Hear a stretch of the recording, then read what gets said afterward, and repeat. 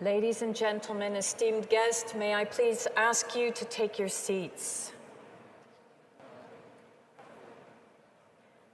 Distinguished government, state leaders, delegates, honored guests, welcome to this incredibly beautiful hall, where we will spend the next 90 minutes together to talk about delivering on Glasgow, halting and reversing forest loss by 2030. It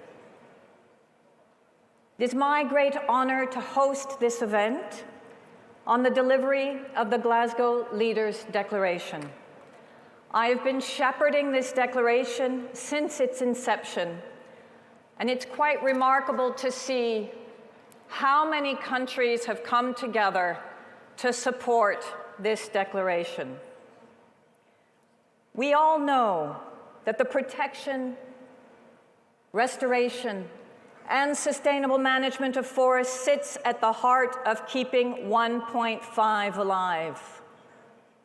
In short, there is no Paris Agreement without forests. But not only are forests essential for climate, they are essential for people. The lives and livelihoods of over 1.6 billion people depend on the fuel, the shelter, and the jobs that our forests provide.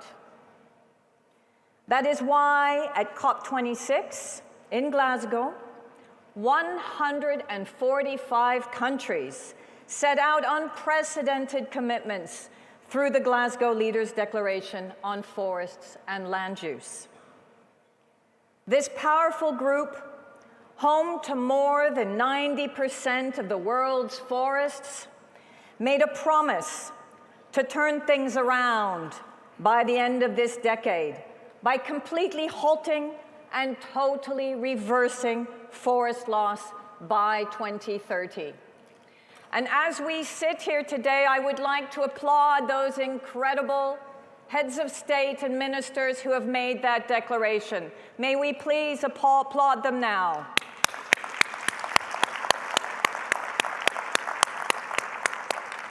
Now the question, ladies and gentlemen, is, are those signatories making good on their promise? We have seen proof points of remarkable success, new innovative models of partnership through country packages underpinned by new capital flows, the establishment of new cross-sectoral win-win nature-based solutions that link the decarbonization agenda to the buildings and construction sectors, and also to a series of different commodities. The recognition of common goals for forests, nature, climate, and people, and the recognition of all of the indigenous peoples that are on the forefront of the protection of our forests. We must continue to leverage this fundamental agreement and to also ensure that we link it to further pledges that we hope to honor here at this incredible COP here in Dubai around fossil energy, around land use, around agriculture. It is together that this becomes a package of change. We must be clear-eyed and honest. And the truth is that the current action is not commensurate with delivering this incredible leader's pledge. In fact, forest loss has continued to increase. This is why COP28 must be the moment to re-energize the political consensus around the Glasgow Leaders' Declaration and chart a credible path of delivery toward our vital 2030 goals. It is at this moment that we look also to COP30, where President Lula took to the stage here to underline the government's commitment to enacting zero deforestation in the Amazon by 2030. But he also pointed to the fact that even with this goal, the Amazon could reach its point of no return if other countries do not do their part. So, ladies and gentlemen, as we move through the next 90 minutes, I invite our keynote speakers and our esteemed panelists to set out renewed ambition, accountability, and action on halting and reversing forest loss. It is now my distinguished honor to invite our very special and distinguished guests to the stage to deliver the keynote address. And let me start with Her Excellency Razan Al Mubarak, UN climate change high-level champion, who we all know has been working tirelessly to ensure that we have ambition coming out of this very COP. Razan. Let me also welcome Dinamon Tuxa, the coordinator of the articulation of the Indigenous peoples of Brazil, both of whom will now give us some opening remarks. Welcome.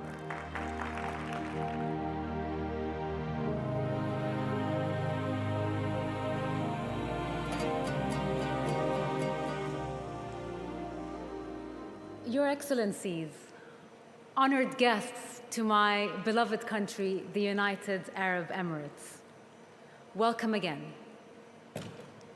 It is my great honor to open this event on the delivery of the Glasgow Leaders' Declaration on Forest and Land Use. It is perhaps an even greater honor to be sharing the stage with my colleague, Dinamon Tuxa, coordinator of the articulation of Indigenous peoples of Brazil. Dinamon, thank you for bringing your salient voice to this conference. It's been a remarkable few days. Actually, it's been more than a few days. It's been a remarkable week. And I have learned tremendously. I have been inspired. I have been going on an emotional roller coaster of things going super well and diving to less well, but we must end, ladies and gentlemen, on a good note. I've had remarkable discussions with scientists who have shared with me what science has been telling us, that there are 3 fundamental biomes that are crucial in maintaining our climate: forests, ice sheets, and oceans. And forests so far have been fulfilling a reliable, predictable service. However, very recently, the scientific community is shocked by the rapid transformation of some of these extraordinary sinks into carbon sources. You've been hearing many of us in the field of nature conservation repeatedly saying there is no hope in keeping Paris alive without nature. And so, what happens to our forests? What is happening to our forests and this negative transformation needs to be a warning call for us all. But there are good proof points of remarkable success. Just 2 years ago, as part of the landmark Glasgow Leaders' Declaration on Forest and Land, 140 countries committed to halve and reverse forest loss by 2030. This, ladies and gentlemen, provides the crucial international architecture needed for the transformation and protection of our critical forest ecosystem. And as you will hear from our lineup of speakers who represent some of the leading governments and organizations tackling deforestation, significant progress has already been delivered against the declaration. Just this year, the UAE as COP president, joined the FCLP and allocated $100 million for country packages, amounting to a total of $300 million announced for FCLP country packages during COP28. We recognize that we need to continue to corral political will, and political will needs to be met by finance. We need to enhance our goals and accelerate our actions. But in our efforts, we need to ensure that the people who depend and steward the forests are at the center of the solutions that we advocate and the beneficiaries of our collective investment. Indigenous peoples, as I'm sure you will hear, have an unsurpassed connection to the Earth's forests, stewarding 80% of our planet's biodiversity. Without supporting Indigenous peoples and local communities, without empowering these custodians, there will be no forests. And without forests, ladies and gentlemen, there is no hope of keeping 1.5 alive. Thank you for your attention. Please.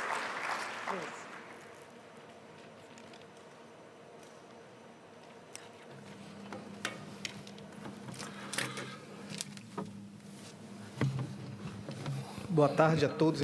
Good afternoon to all, ladies and gentlemen. Mishama Jinama Tusha. I'm from the people, the ethnicity Tusha. I'm the administrative coordinator of the Indigenous Peoples of PB, organization with the Global Alliance of Indigenous People, gathering 5 organizations within the world's basins. For starters, I would like to say that we are close with the CLP since COP27. We have been maintaining a dialogue that with maintaining, and we're speaking about the need for Indigenous peoples to be at the center of debates and negotiations. We are 5% of the world population, and we are the holders and protectors of 80% of the world biodiversity, which is under threat, for instance, in Brazil. Over the last 30 years, our country has lost 79 million of original species, and a little bit of 1% of this quantity was within indigenous territory. Given this reality, we have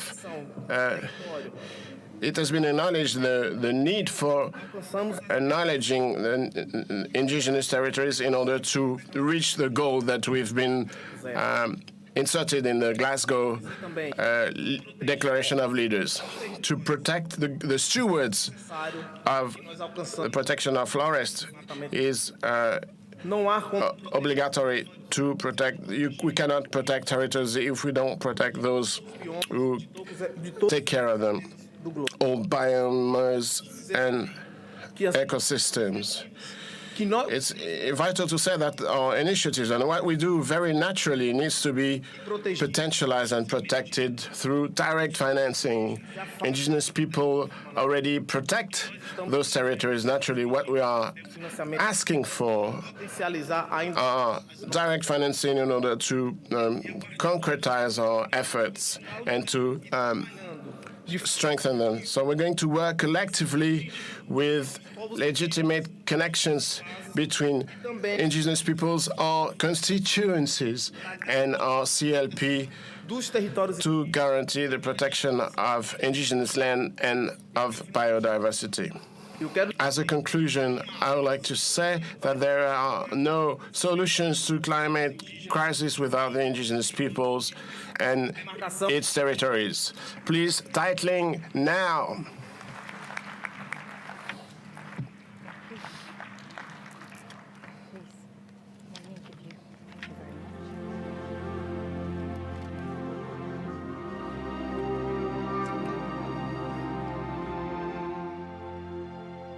There is no protection of forest without the protection of indigenous peoples. Let us then move now to our panel session, Delivering on Glasgow. We start with a focus on the progress being made against commitments. In particular, in the context of the Glasgow Leaders Declaration signatories' commitment to put Indigenous peoples and local communities at the forefront. This is the only way that we will deliver our forest agreements. As Her Excellency Razan Al-Mubarak and Dinamam have set out so powerfully, without empowering our custodians of the forest, there are no forests. So I warmly welcome to the stage our moderator of this next session, Boholo Kenewendu, Climate Champion Special Advisor, Africa, who will be the moderator, as I indicated, for this next session.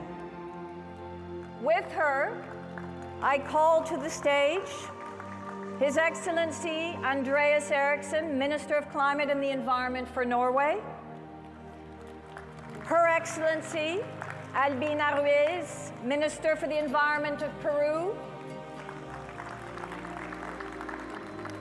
Her Excellency Sonia Guajajara, Minister for Indigenous Peoples of Brazil. Let us not forget, this is the first minister from an indigenous community of Brazil. Welcome. Dr. Andrew Steer, President and CEO of Bezos Earth Fund. Leonardo Fleck, Head of Sustainable Innovation, Santander, Brazil. And who is joining us from Germany, the Deputy Special Envoy for Climate Action of Germany, Norbert Gerksen. Thank you.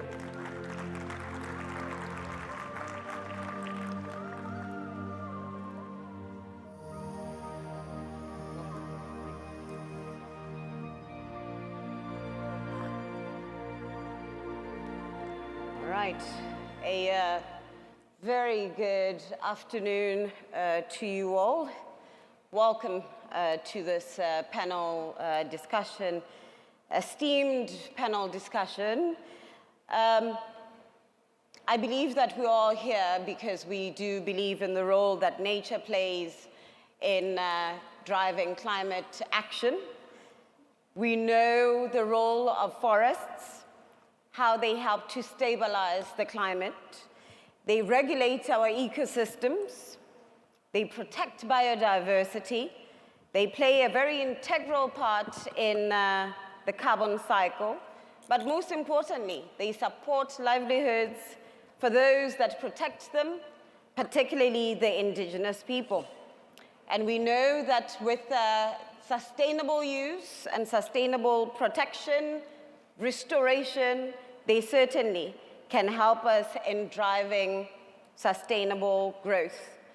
And it is a privilege to get started with this panel discussion reflecting on the work out of COP26, where there were significant political, financial, and economic policy promises that were made. It was in recognition of the importance of forests that we got here.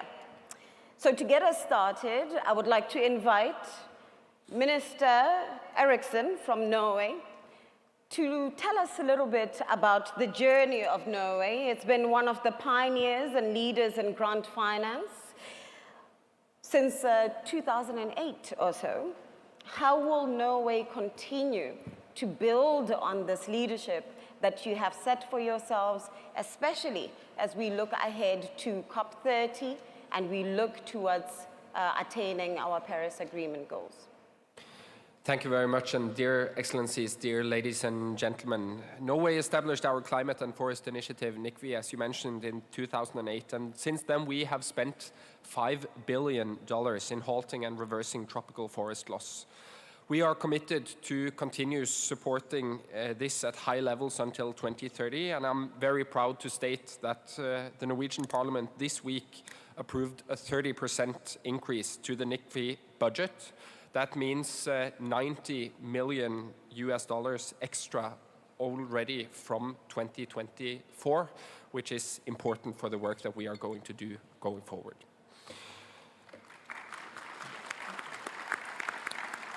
We see that the work that we do with many countries, they have results. And I'm impressed by the results for example, Brazil, Peru, Colombia, Indonesia. And last week, to commend this, we, for example, announced a new contribution of $100 million to recognize Indonesia's remarkable results for 2017 to 2019. And to us, the political will and enforcement of policies are key to these successes. We must turn every stone to be able to mobilize more finance for forests, and we welcome any new and innovative ideas to achieve this in the field. And just look what we have delivered since Glasgow. The Kunming-Montreal Global Biodiversity Framework, a real breakthrough, and also to see now that the private sector is coming on board in turning the tide of deforestation. And I am pleased to see an emerging market for high-integrity jurisdictional credits for forests. Beyond finance, we must collaborate on technology. I'm proud to announce that we are working to launch a new phase of our satellite program together with the Bezos Earth Fund, making high-resolution satellite data on tropical forests available to all and for free. Indigenous peoples and local communities have provided a global service by safeguarding their forests. And it was with this realization in mind that the Norwegian Prime Minister Jonas Gahr Støre announced a $1.7 billion pledge for tenure rights for indigenous peoples and local communities. And in 2022, funders dispersed $458 million, and I'm very happy to report that for the first 2 years combined, we dispersed a total of $780 million. This funding is only effective when it's matched by political will and action on the ground. And as announced by Minister Ruiz of Peru yesterday, we are initiating a platform to support indigenous peoples and local communities in forest climate action. We need to mobilize more political will, more action on the ground, and more finance, and we need to do it together. And we are inviting other ministers and indigenous and philanthropic leaders present here today in developing this platform together with us going forward. Thank you. Thank you very much, Minister. It's very encouraging to hear that you're partnering with some of the ministers here, and I want to immediately tag on to Minister Ruiz here, given that Peru has already established an Indigenous Peoples Climate Platform as part of your approach to climate change country governance. How will you use this and the international partnerships such as the ones from the government of Norway through the FCLP to increase support for Indigenous people initiatives? And are there some examples that you would like to share with us? Sí, claro. Buenas tardes con todos y todas. Of course, good afternoon, everyone. For Peru, it is essential to work together with indigenous communities. In fact, in the government, we have created a coalition that involves different sectors, and all the ministers are involved, and wants to work with the Amazon forest. And who is present in the Amazon? Are indigenous people. It gives us the High Commission for Climate Change as well. And during these hearings and in previous consultations, we have integrated in the climate change law the platform for these indigenous communities, precisely. Listening to them is what has been at the center of our work. And together with them, we created proposals for COP28 in the Peruvian pavilion, together with entrepreneurs, young people. And without all these people on board, we cannot talk about preservation. As our brothers from Brazil said, we need to work with the people present on the ground.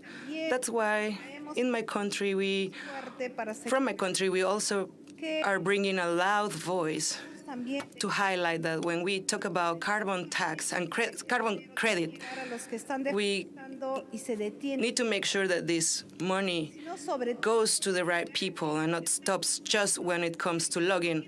It has to go to the people who is protecting the forest for their entire life. They have to have access to this funding. And in this process in Peru, we are listening closely. And today we're doing direct transfers to them. We increase the amount as per hectare in a 20% increase, and we're working together with them to create business plans. So the funds are reaching them directly, so they can decide what are their business plans, so they can keep their forest alive. We want to thank our ally, Norway, that has been with us since the beginning. And we have a proposal that we brought here at COP, which is the creation of a climate fund for indigenous women, because climate change affects women in a different way, in a specific way. If she belongs to a rural area, she's even more affected, so we need a specific fund for them that allows them to strengthen their capacities to activate and have action plans for mitigation, so that also they can be the leaders and decision makers of the development needed. So this is a collective work. We are the first country that legally have integrated indigenous peoples in the construction of our national strategy against climate change. And of course, in the decision making, we involve them as well. So we really want to invite other countries to follow this idea and then understand that if we really want to see change, especially in the Amazon, we have to work together with them. Thank you. Thank you, Minister. I hear your call very clearly for partnerships, and certainly there are many in this room and on the stage that I hope will take you up on this. And this is a direct, good segue to Minister Sonia Guajajara, who we celebrate as Brazil's first ever Minister for Indigenous People. Not only that, but also for being a woman minister.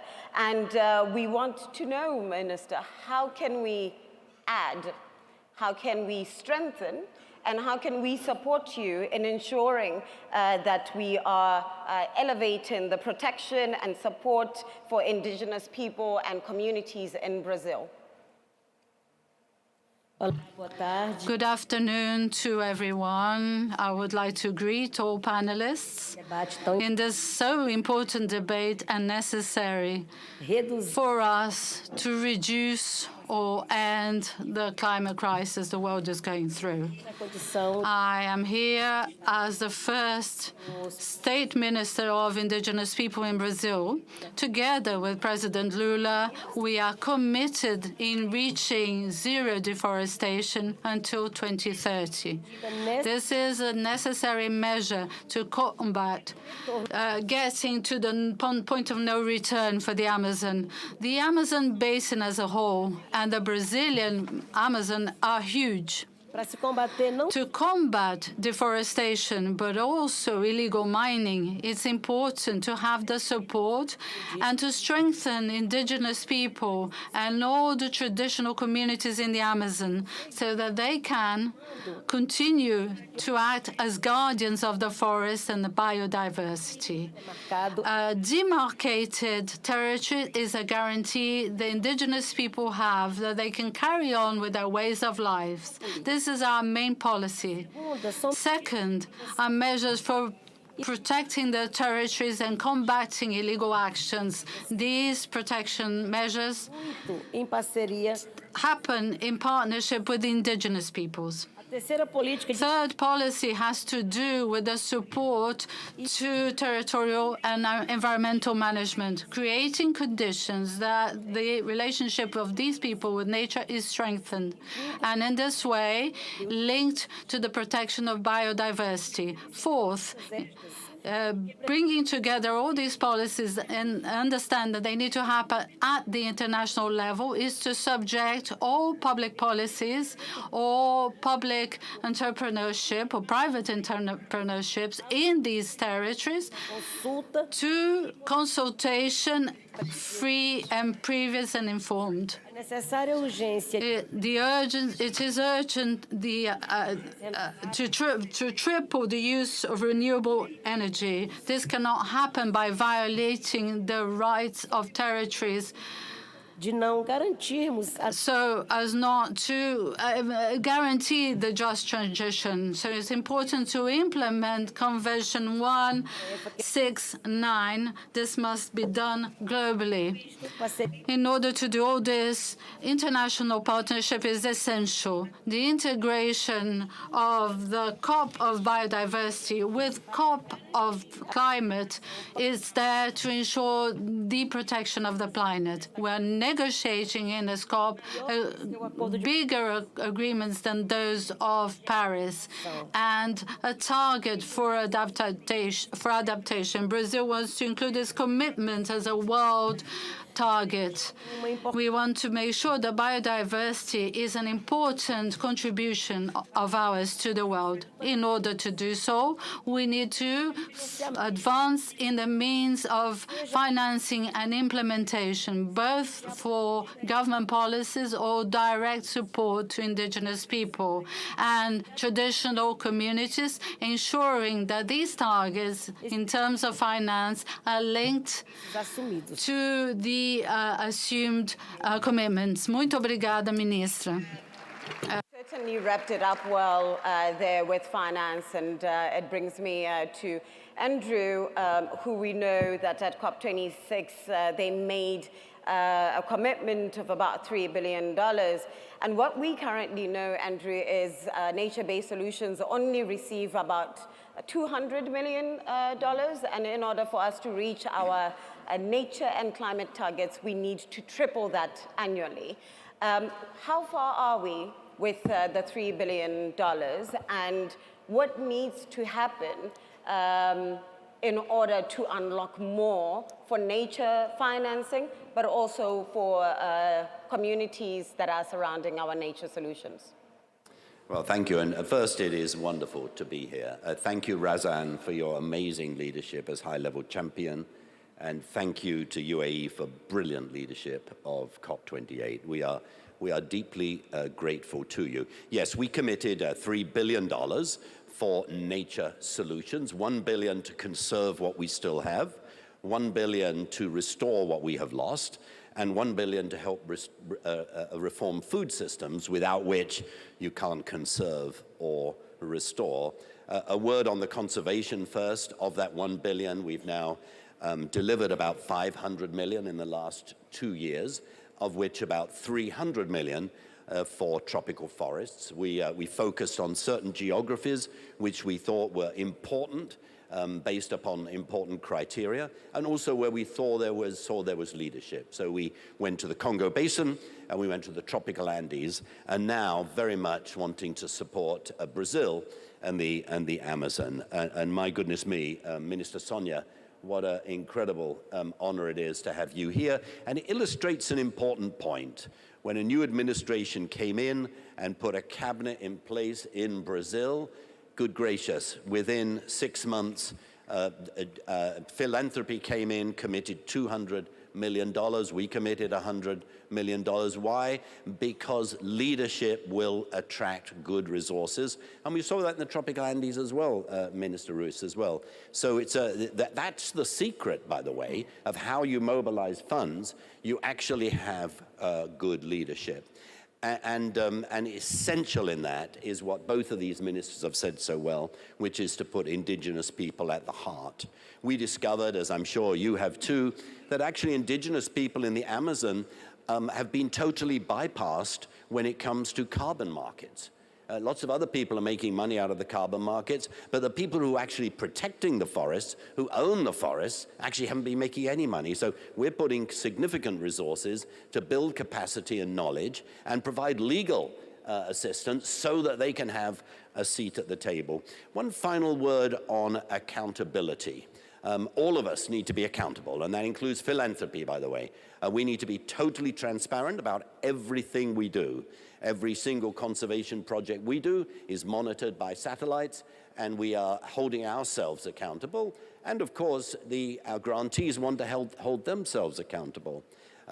Minister Eriksson referred to something that we're proud to join Norway on, which is to take some of that satellite data, the really detailed down to literally, 1 meter square, which is currently behind paywalls because they're private companies. And what we're doing, thanks to Norway's leadership here, and it's an honor for us to join you, we're saying, no, we will actually pay in order to make that available to everybody, including indigenous people, including the journalists and everybody. That's what we ought to do. But also on accountability, look, we need to not only congratulate ourselves for great leadership, but we need to actually look at ourselves in the mirror. This week, we, the Bezos Earth Fund, together with the System Change Lab and the Forest Declaration Assessment, launched a GLD, a Global Leaders Declaration dashboard. It's not a pretty picture for the most part. We've got to be honest.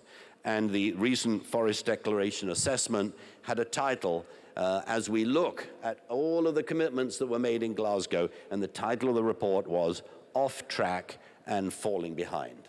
And so whilst we are understandably proud of what we do, we really do need to raise our game and hold each other accountable. Thank you, Andrew. We need to hold each other accountable. And in that same breath, $3 billion was pledged by Santander and others looking at financing, innovative financing for the Amazon, for Cerrado and Chaco. This was made at COP26. Now, Leonardo, we wish to get an update. Has Minister Sonia and Minister Ruiz and our communities seen some flow of this finance? Sure. Thank you first for the organizers for the invitation, for the audience for joining us, and for my distinguished panelists. It's really exciting to see forests and food systems finally at the center stage of this COP. I don't think I need to overemphasize how important they are for as a cost-effective solution for both climate mitigation and adaptation. For that reason, IFAC, which stands for Innovative Finance for the Amazon, the Cerrado, and the Chaco, was created 2 years ago in the COP26.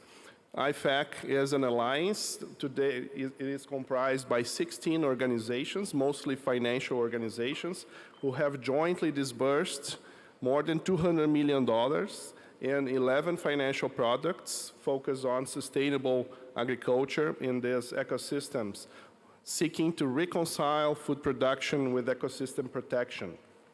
We aim to collectively achieve $10 billion of disbursements by 2030.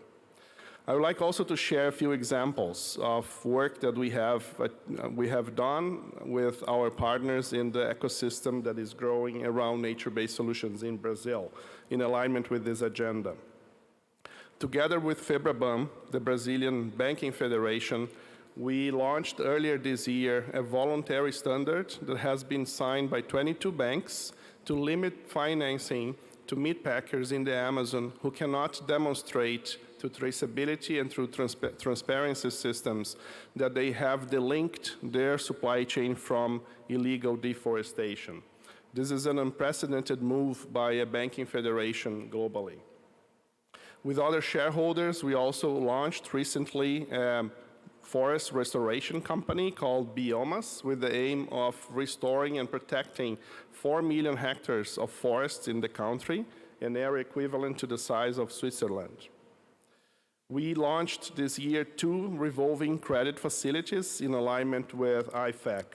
One of them under the leadership of Connexus to foster the forest by economy. This is a facility that supports 22 businesses in the north of Brazil, most of them in the Amazon, and reach around 4,500 producers who work on non-timber forest products and agroforestry systems. And finally, A couple months ago, we launched another of these facilities, but now focus on deforestation-free soy and corn in the Cerrado ecosystem, which is often an overlooked ecosystem in the country.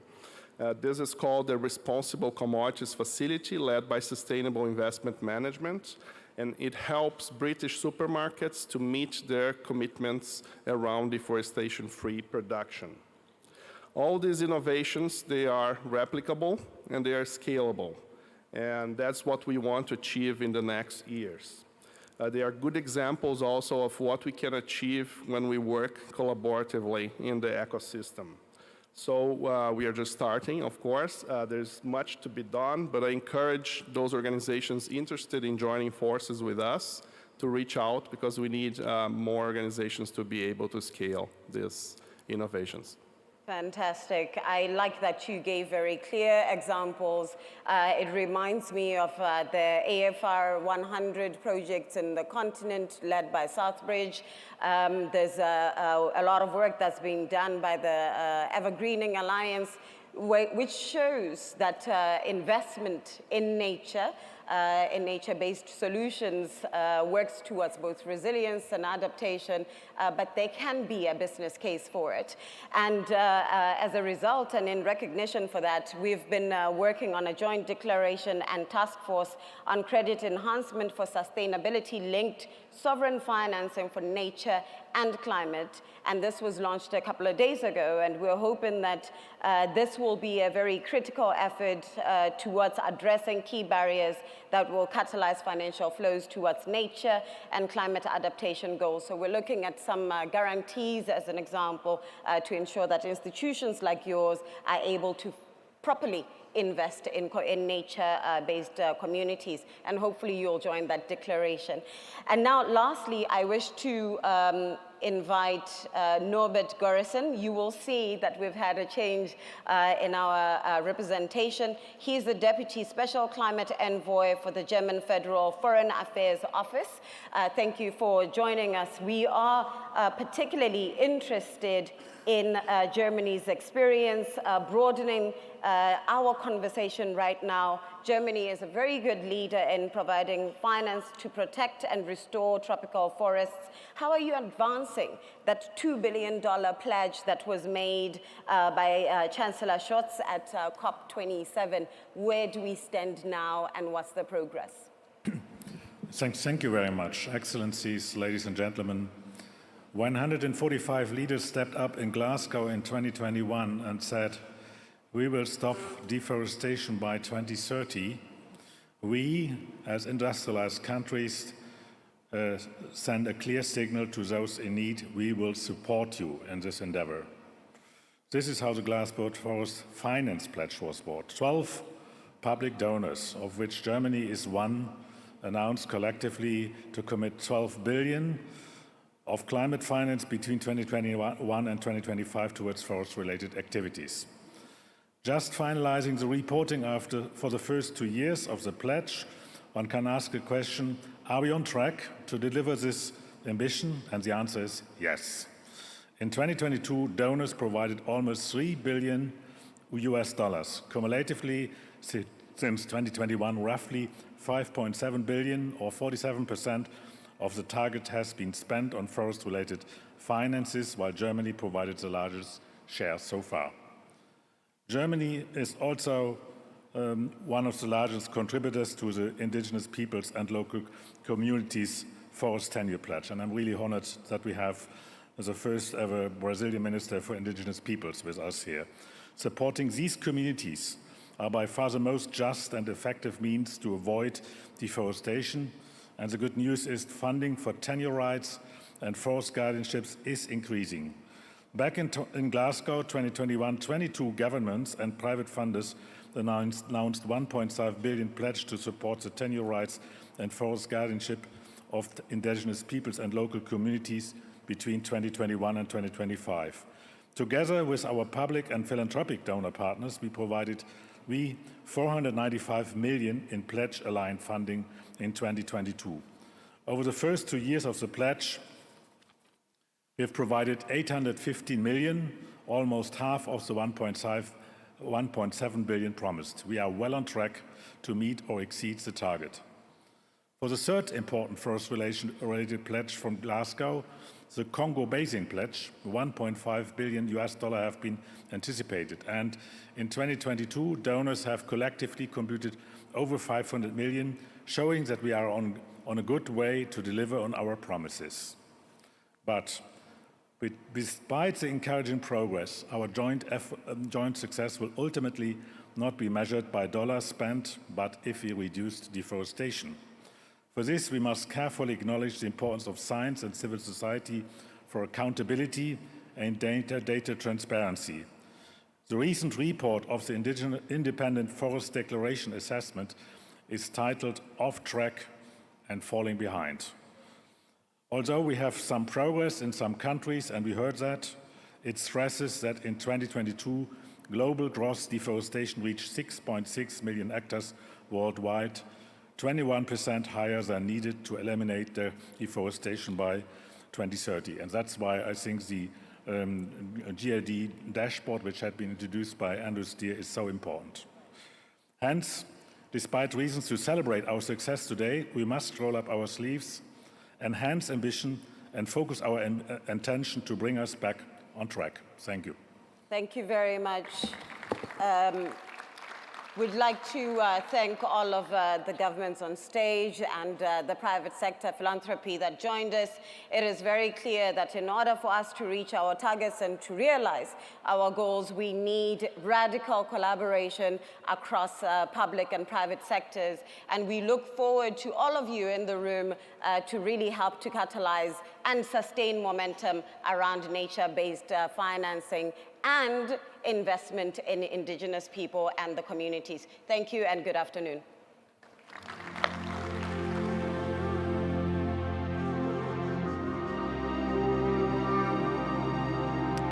Thank you very much to our distinguished speakers and also to our fantastic moderator. A big round of applause, and let me now announce to you that we will have a special interlude, but we will also have a special guest that will join us at the end of this session. We have now just been announced that His Excellency Sultan Al Jaber, the president of COP28, will actually be joining us. So I'm going to ask for the indulgence of our incredible speakers in order to keep our remarks maybe a bit shorter so that we can ensure that our dear president actually does get some closing remarks with former Secretary of State Kerry. It is my very esteemed pleasure to welcome our next guest, and that is His Excellency Franz Tantebak, Minister of the Environment and Energy of Costa Rica, to speak. Costa Rica is widely recognized as a leader in forest conservation, having successfully reversed a high rate of deforestation while growing the economy. And Minister Tantebak himself will share his thoughts, but has been inextricably linked to this progress on how a traditional economy can grow in a way that invests in its natural capital. Minister, please, you have 3 minutes.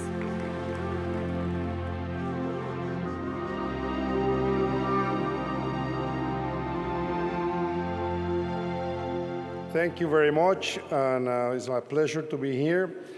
The fate of our planet rests in our ability to act swiftly and decisively in addressing the climate crisis. Fortunately, we have powerful allies in agriculture and forest conservation, the second and third most significant carbon sinks after fossil fuels. To halt and reverse forest loss and land degradation by 2030, the FCLP is committed to promoting forest-positive economies via carbon markets, green construction, and deforestation-free commodities, commerce and trade. In an upcoming panel, my colleagues will share more details about FCLP members' steps to foster forest-positive economies. Costa Rica actively participates in FCLP agenda to develop an economy promoting forest conservation. We are committed to establishing a carbon market that maintains high standards of integrity. I am delighted to announce that Costa Rica has taken a significant step towards achieving this goal by signing a 10 million emission reduction purchase agreement with Emergent under a framework of the LEAF coalition. The carbon credit transaction is based on the REDD+ environmental excellent standard called TREES. The US $10 million will be expanded. The payment for environmental services program reach an impact focusing on conserving biodiversity, restoring forest ecosystem for private land, and introducing a new mechanism for sustainable mangrove use by dependent communities. By participating in this initiative, Costa Rica proactively promotes sustainable practices in construction, industry, and sustainable forest management as well to avoid deforestation and degradation. At the Forest Climate Leaders Partnership launch, members agreed to explore action that could ensure that commodities are produced, traded, and consumed sustainably to accelerate the transition to deforestation-free commodity production and trade. Food systems are responsible for a third of global anthropogenic greenhouse gas emissions, that is 18 gigatons of CO2 per year, representing 34% of the global total. The most significant contribution, 71% of this, comes from converting forests to agriculture and other land uses, deforestation.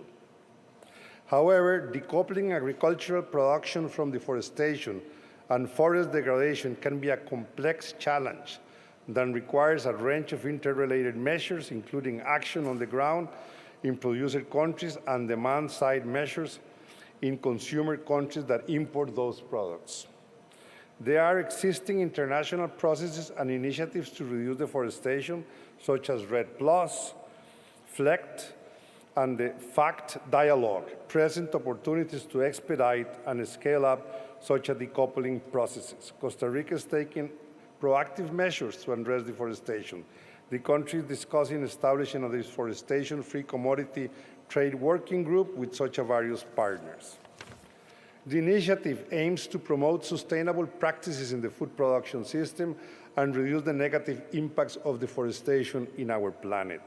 During initial discussions, FCLP members identified 3 areas that could significantly impact deforestation and forest degradation linked to forest-rich commodity production and consumption. Building the enabling condition of sustainable commodity production. B, identifying means of demonstrating progress and achievement in deforestation-free commodity production. And C, application of market-focused incentives to promote trade in deforestation-free commodities. Despite the complexity, Costa Rica is taking the lead in this critical issue, and I am hopeful that this working group will pave the way for other countries to follow suit. The Forest and Climate Leaders Partnership sets a remarkable example of global collaboration in promoting forest-positive economies and curbing deforestation. We can ensure a healthier planet for ourselves and future generations by working together. Thank you very much.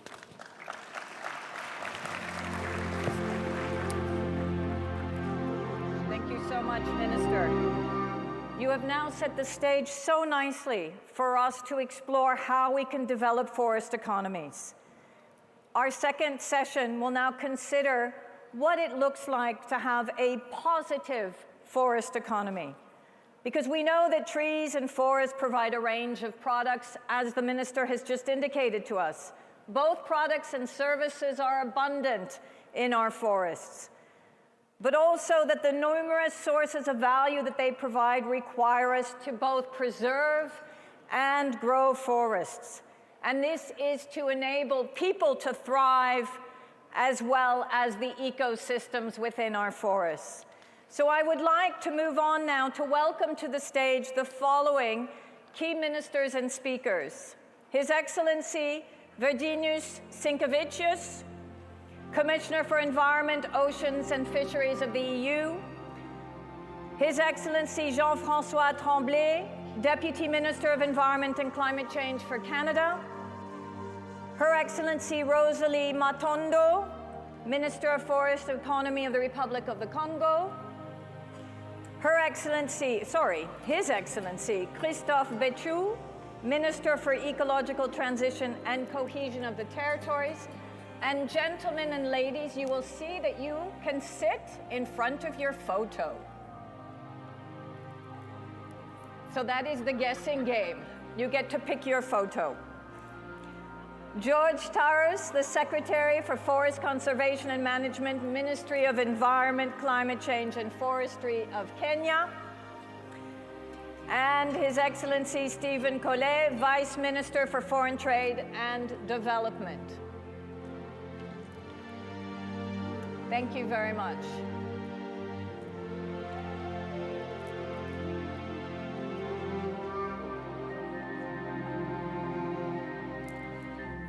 So let us start with this panel, and I have a few key questions, if I may, and I'm going to start with Commissioner Sinkevicius.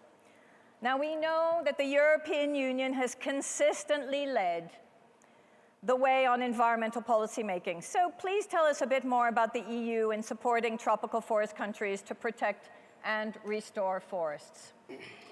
Yes, thank you very much, and good afternoon to all, and it's my great pleasure to be on this panel. I think we should clearly start with the Glasgow Leaders Declaration, because it has been a very clear call to protect both forests, but also the livelihoods. And worldwide, around 1.6 billion and around 2,000 indigenous cultures depend on forests for their livelihood. And that's why we, of course, need to work together towards the economies that are forest positive.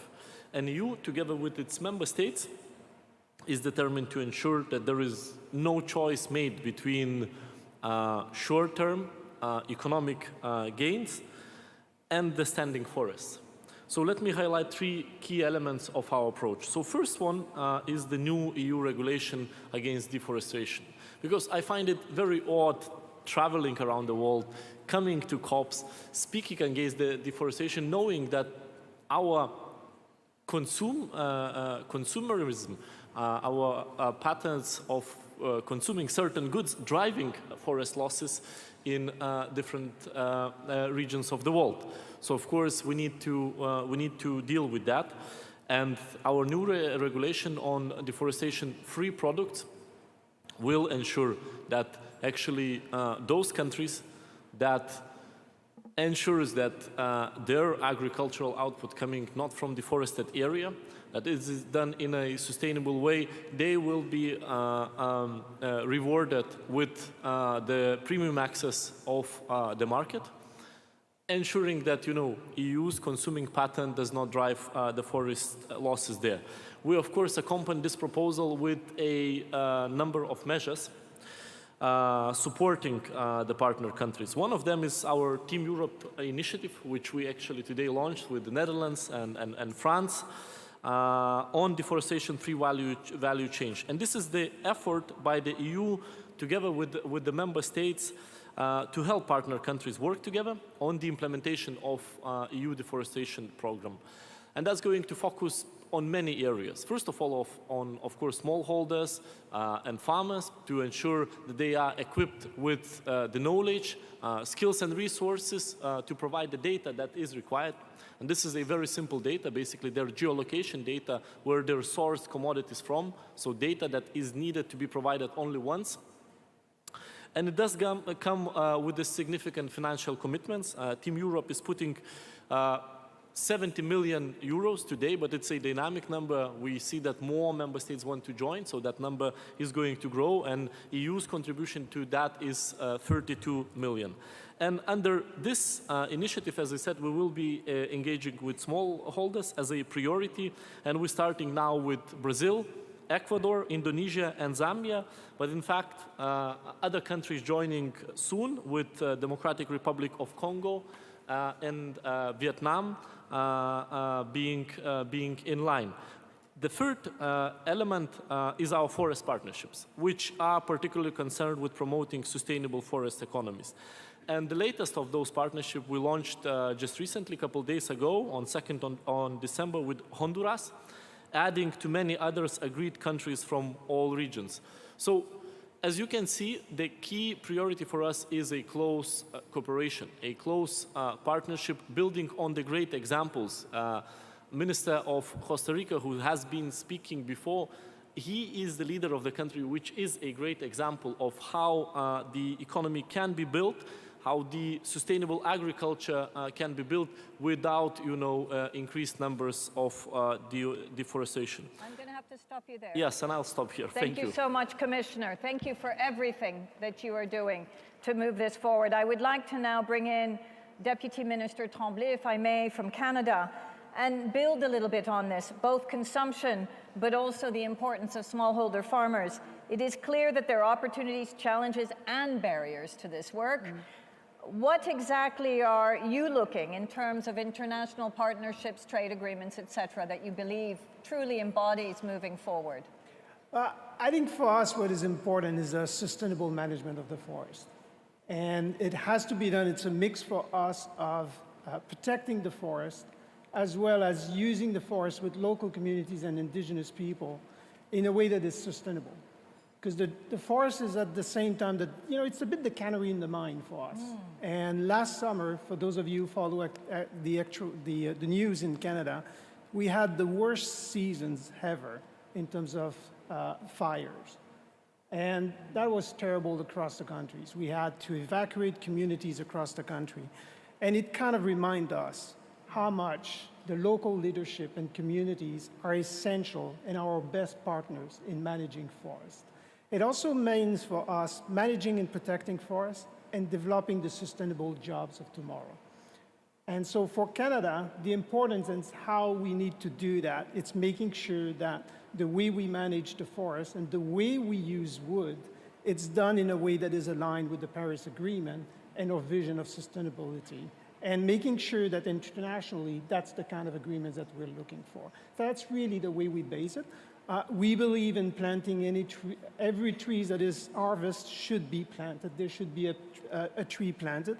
We did actually a few years ago, in addition to that, launch an initiative of 2 billion trees in addition to the sustainability of the forest, to reforest, and also to do that in collaboration with Indigenous peoples of Canada. So those are the kind of elements. We also develop conservation agreements with Indigenous people and private sectors. We just signed few in the north that are few times the size of UK, so which tells you a bit the size of our country in some way. Yes. So for us, this is what we're doing. And those partnerships like the FCLP allow us to exchange with other countries our expertise, to talk about lessons learned and see how together, very ambitiously, we can actually reverse the forest loss by 2030. Thank you so much. And I love this analogy that this is the canary in the coal mine. And our hearts go out to all countries that have lost forests to fires. Absolutely, we've been watching what happened in Canada. So thank you. You brought in the importance of preserving also the economy of the forest. And now I would like to turn to you, Madame la Ministre Matondo. What public policy tools can you use to take advantage of both to build a sustainable and growing bioeconomy? Pouvez-vous nous indiquer en fait comment on peut construire une économie? How can you build an ecological economy using your forest? Thank you very much. I would like to extend my gratitude to the presidencies for its great organization for COP28, and thank you for the leadership that puts the forest at the heart, the tropical forest at the heart of our agenda.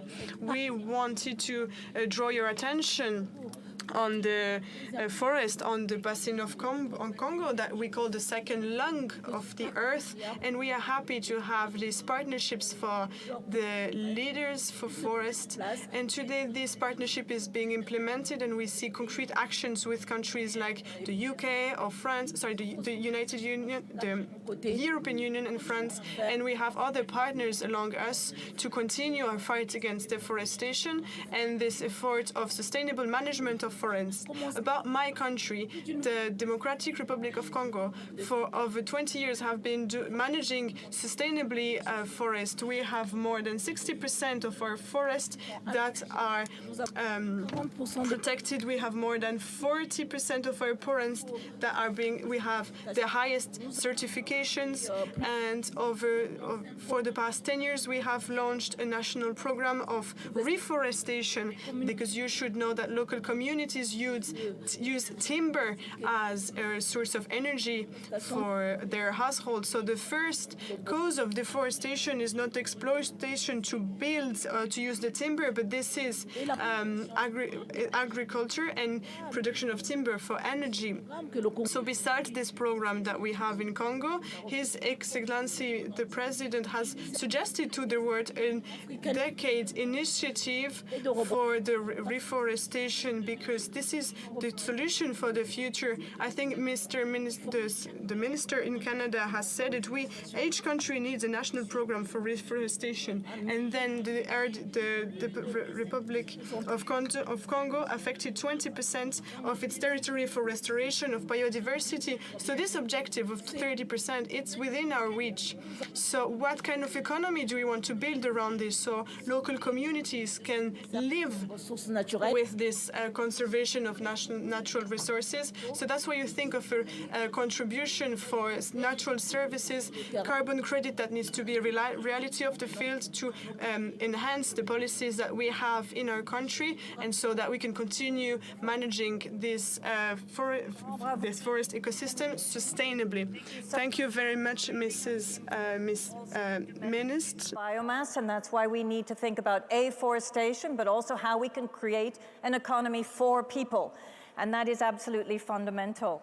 I would like to now move to Minister Bichu, if I may, and ask you the question as to how government-led international partnerships such as the FCLP can accelerate the transition to a forest-positive economy. Merci. Merci à vous. Je vais rester en français. Thank you very much. I will continue to speak in French and speak the same language as my friend Rosalie. And I think we have three different directions. The first one, which is biodiversity credits. If we want to go faster, we need to give value to biodiversity. La finance. So that finance gives money and rewards nature-based solution.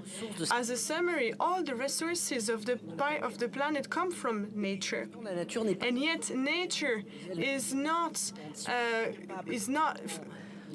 paid by companies. So we need to pay nature for its free services, and otherwise we are wrong with the economical patterns that we defend. It is the case for every aspect. So we need this, and this is the initiative that was led by Amelia Fawcett and other partners at the recent summit in Paris for this biodiversity credits. Second direction, country packages. Avec cette idée, with one idea that we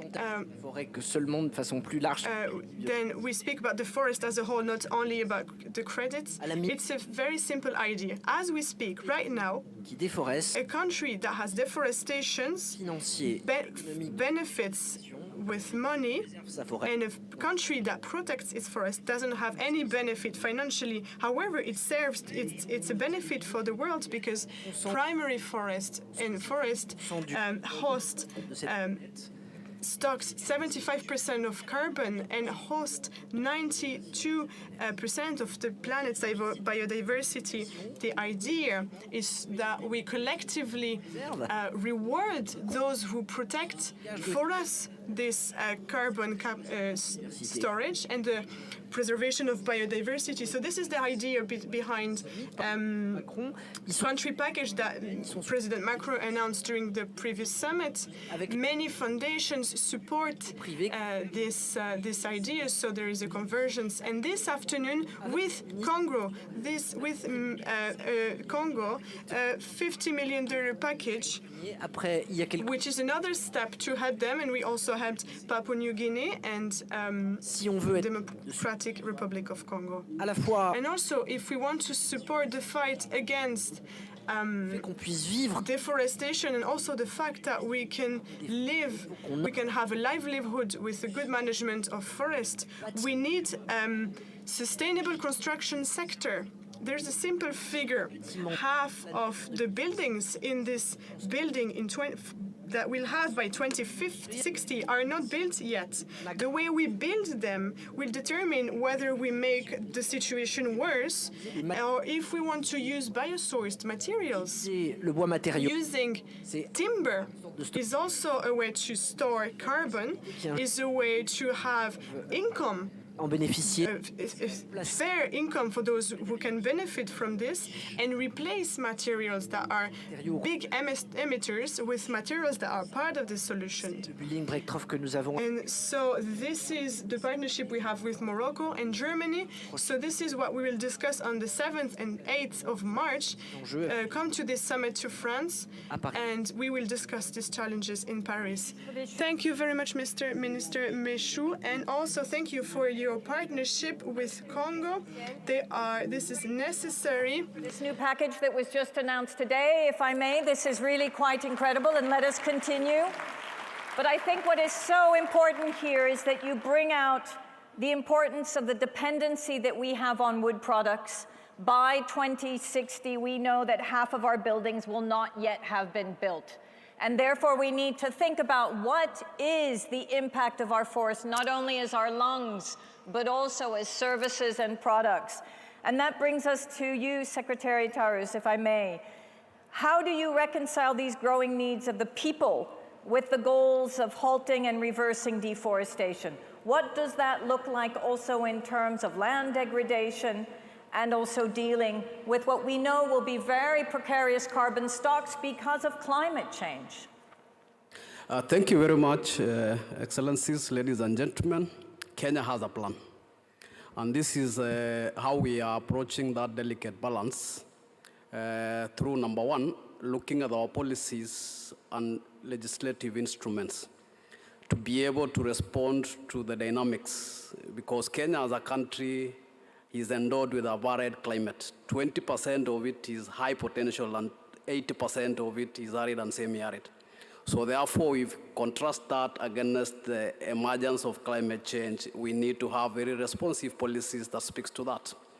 The second issue we are doing is we've launched an accelerated program of growing 15.7 billion trees in the next 10 years. What that does is it delivers for us 6 critical things that we need to do. Number one, as a country, we've aspired in our supreme law to have a minimum 10% of its land covered by trees and forests. So the 15.7 billion in the next 10 years would enable us to do that. We are part and parcel of the global discussions and actions to reverse the effects of climate change. 50% of our NDC commitment is to be delivered from the forest. So that deliberate action of planting those trees would enable us to be able to do that. But in a nutshell, we may not be able to do that if we don't bring communities, private sector, and every other person into the equation. And that's why in our approach, we are saying all society, all government, because we want every other person to be able to plug in. And since its launch, we've so far been able to plant 150 million trees. And we are hopeful that down the road, we should be able to deliver that. Then lastly, it's all about expanding opportunities for financing. And we've talked so ably about the role of nature in financing action. And carbon comes in very handy.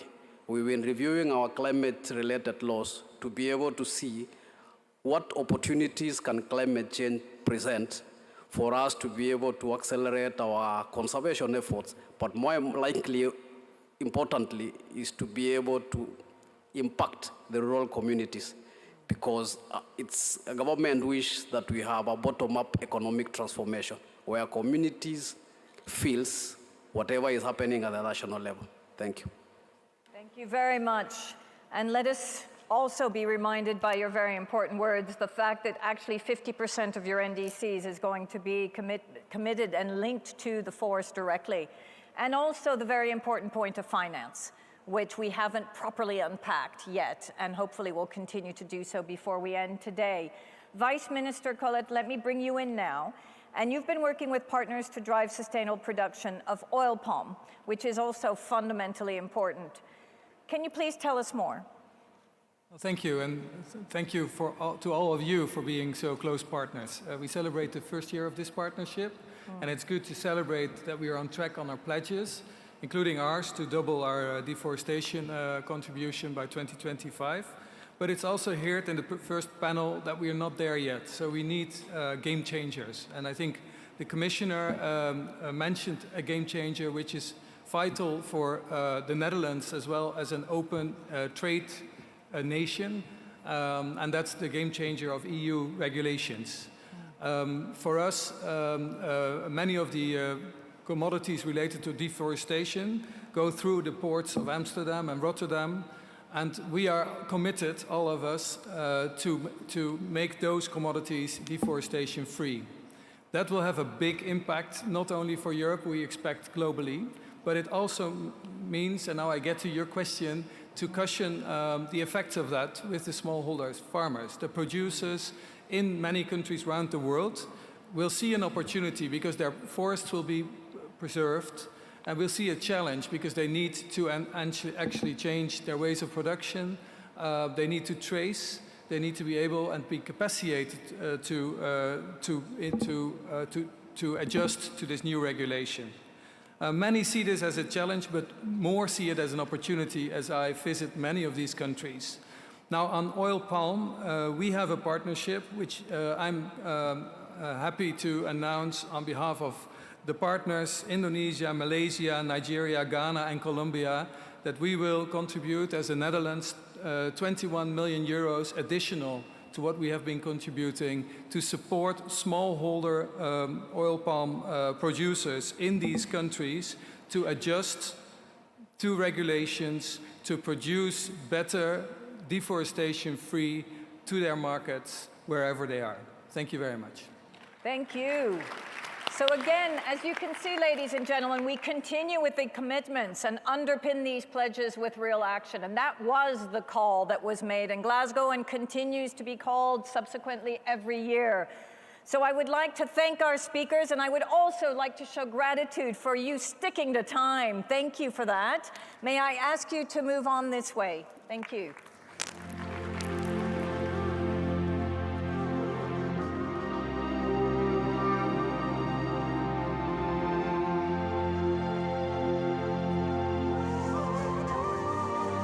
Let me now move to the final parts of this program, and first with a special interlude.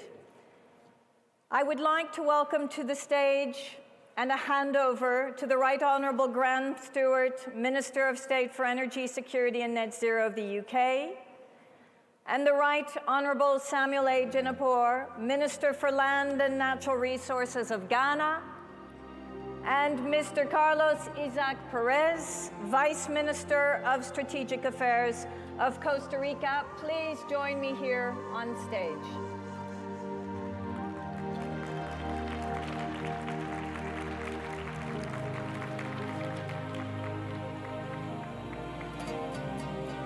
If I understand correctly, Minister Stewart has a special presentation which he would like to make. Please, sir. And if you may stay here. Yes. And then we will move you forward. You want to come? Okay. So it's a good afternoon, everybody. It's a great pleasure to be here today. At COP26, we launched the LEAF Coalition in partnership with the USA and Norway, with South Korea joining later. And our investment has helped to crowd in, I'm pleased to say, more than $1 billion of commitments from corporates, including Bayer. And Ghana and Costa Rica have been pioneers in demonstrating that it's possible to deliver high-integrity carbon transactions in the forest sector. The fact that they are the first in line for a transaction through the LEAF Coalition is ambition to is testament to their ambition in that space. Equally, companies like Bayer are pioneering in demonstrating how companies can both reduce their emissions in line with the science and invest in high-quality forest carbon credits. This is just the start, both in Ghana and Costa Rica, and I'm hopeful that going into 2024, we will see LEAF go from strength to strength with new transactions coming on stream, unlocking more vital finance for development and for the environment. Now, I don't know whether, in terms of this presentation, whether my colleagues there are in a position to do that, but if not, sorry? Yeah, if not, I would just go on to focusing further on the whole broader FCLP point, that forestry was an issue which we put at the heart of our COP26 presidency, and we thank the UAE for taking up the cause so energetically this time round and following up as we are on Glasgow. Because, as we in this room all know, the stark reality is there's no prospect of keeping global temperature rises below 1.5 degrees without urgent action to protect, sustainably manage, and restore forests. And we believe that finance, through result-based payments and market mechanisms, could provide a vital source of investment to make that possible. And the past 15 years have seen significant evolution in this sector, although it has not all been straightforward. We know there are poorly designed forest carbon initiatives which either don't deliver the environmental benefits they claim or ride roughshod over the rights and livelihoods of the very people they should be benefiting. So we need to be clear there should be no place for these types of initiatives. But if we only focus on what has gone wrong, we risk missing the real story. And that's the central point I want to share with you this afternoon, which is that forest countries, with support from donor countries, have made enormous strides in building the framework needed to deliver high-quality carbon credits at scale. And that infrastructure is beginning to deliver a new income stream which can make a real difference to economies and local communities.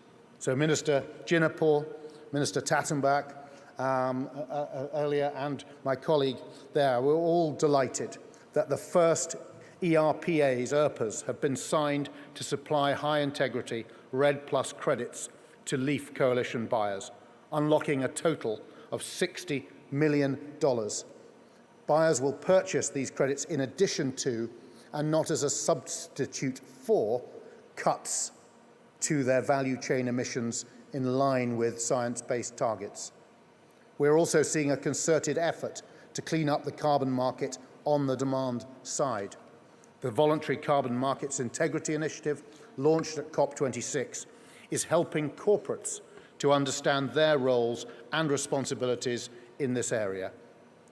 Again, and in the UK, we are about to launch a consultation on when and how to regulate the claims that companies can make when they invest in carbon markets. But we all know, as I know Minister Jinapur does, how much more there is to do. Prices are volatile, the market is fragmented, and it's difficult to navigate.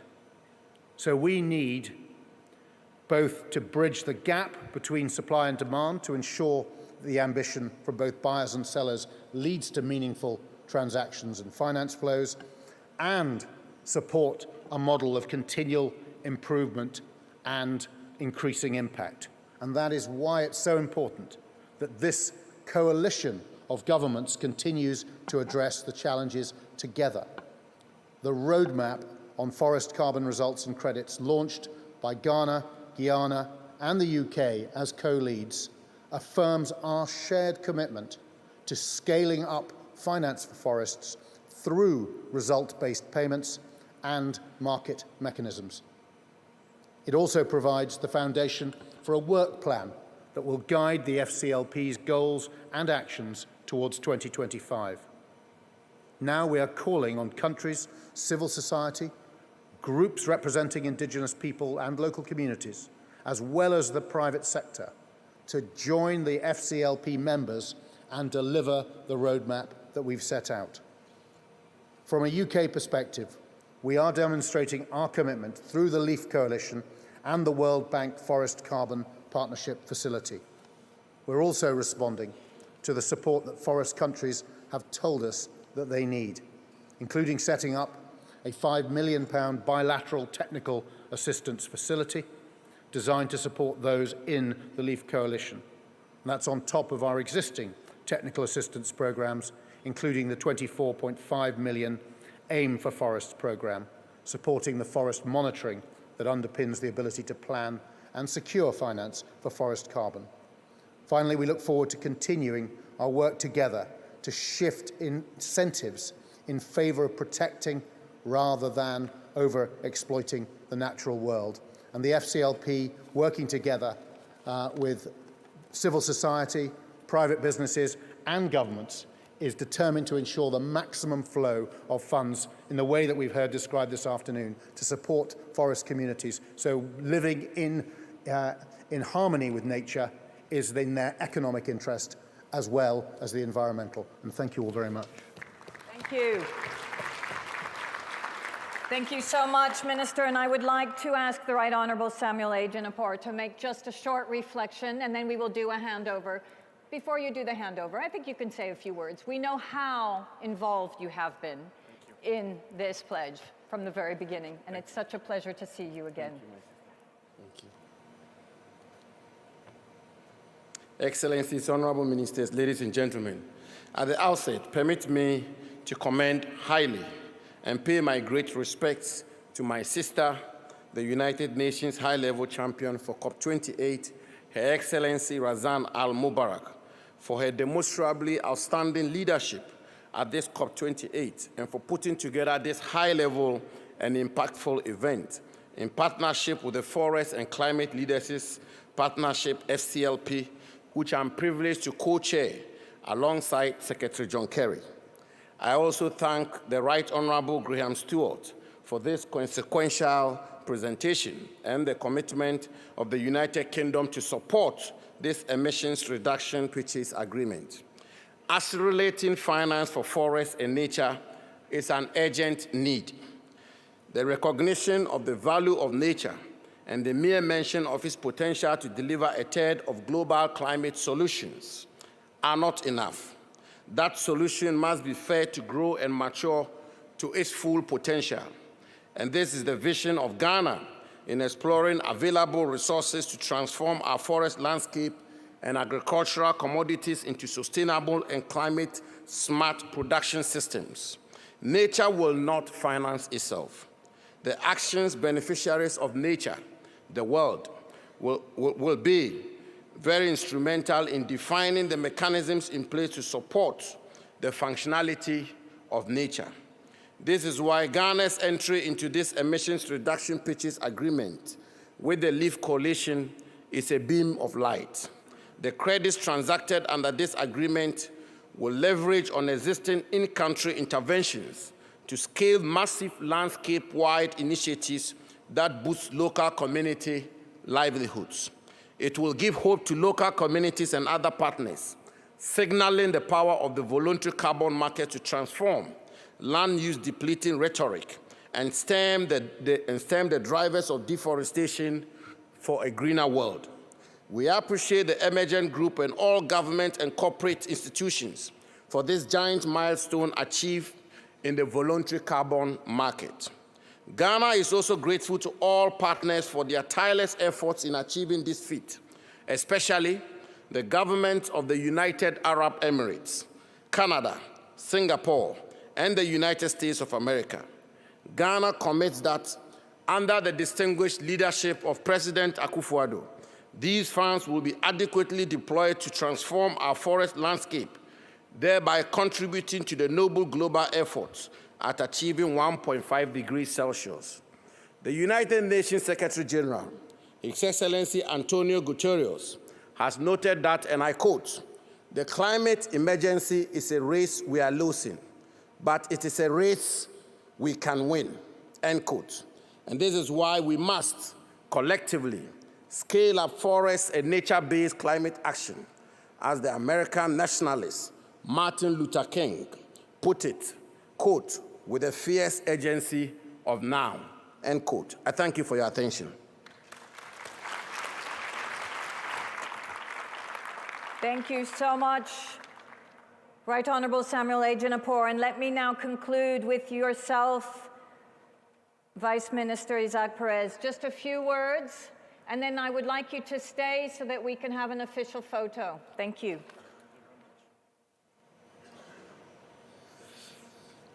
Good afternoon. It's a pleasure to be here. Ladies and gentlemen, protecting, restoring, and conserving forests is critical to maintaining biodiversity, rich ecosystems, which are essential for the planet's overall health. To halt and reverse forest loss and land degradation by 2030, Costa Rica is committed to establishing a carbon market for maintaining high standards of integrity. Costa Rica has successfully implemented forest conservation mechanisms for over 20 years. As of 2050, the country's land use sector has become a net sink, where forest emission reductions offset emissions from the agriculture sector. This enabled the country to access more than 100 million in payments from the World Bank Carbon Fund and the Green Climate Fund based on results. In COP28, Costa Rica has signed a $10 million emission reduction purchase agreement with Emergent under the framework of the LIFT coalition, taking significant steps towards high-integrity carbon markets. This carbon credit transaction is based on the REDD+ environmental excellence standards.